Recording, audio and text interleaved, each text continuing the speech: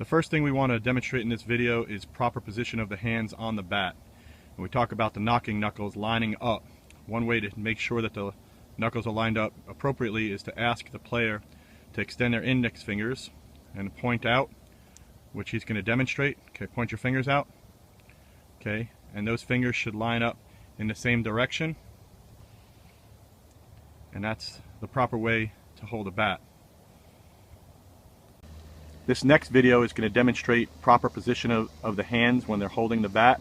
So what we ask the player to do is to put their hands together in front of them, and we ask them to bring their hands back as far as they can, and that's the exact position of where their hands should be. So when we place a bat in their hands, we ask them to do the same thing. So we're going to give them a bat, and we're going to have you bring your hands back, and notice that his hands are right by shoulder level. His thumb is almost right by his ear hole, and that's a good position of the bat. Sometimes kids have a tendency to bring the bat up too high or too low and they drop it, or they keep their front arm too straight and they bring their arm back. Okay, so we want it hands right by the back shoulder in that type of a position.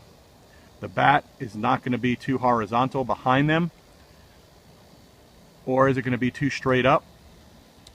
We want the bat just to be on a slight angle pointed up with their hands right by their ear hole for a perfect stance.